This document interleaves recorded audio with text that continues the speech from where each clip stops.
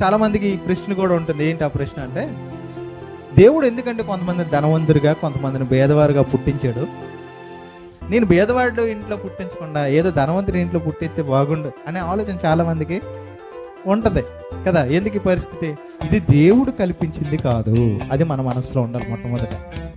ఎందుకంటే దేవుడు ఆదామును సృష్టించాడు, సృష్టించి ఈ భూమిని అంతా ఏలమని చెప్పాడు. అంటే దేవుడు ఆదామవ్వని సృష్టించి ఈ భూమి అంతా ఎవరికి ఇచ్చాడు?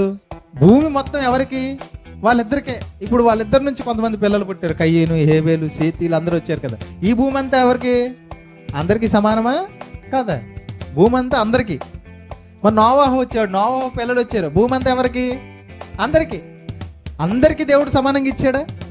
ఇచ్చాడో లేదో ఒక మంచి మాట మనం చదువుదాం. చూడండి, ద్వితీయోపదేశకాండం 4వ అధ్యాయం 19వ వచనం.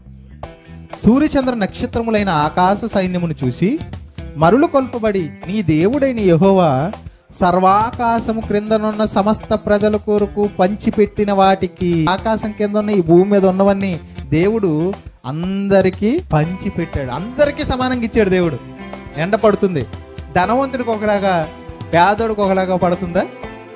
ఈయన 1000 ఎకరాల రైతు కనుక ఈయనకి వర్షం ఎక్కువ పడాలి, ఈయనకి ఒకే ఎకరం ఉంది కనుక ఈయన తక్కువ వర్షం పడాలని పడుతుందా? అందరికీ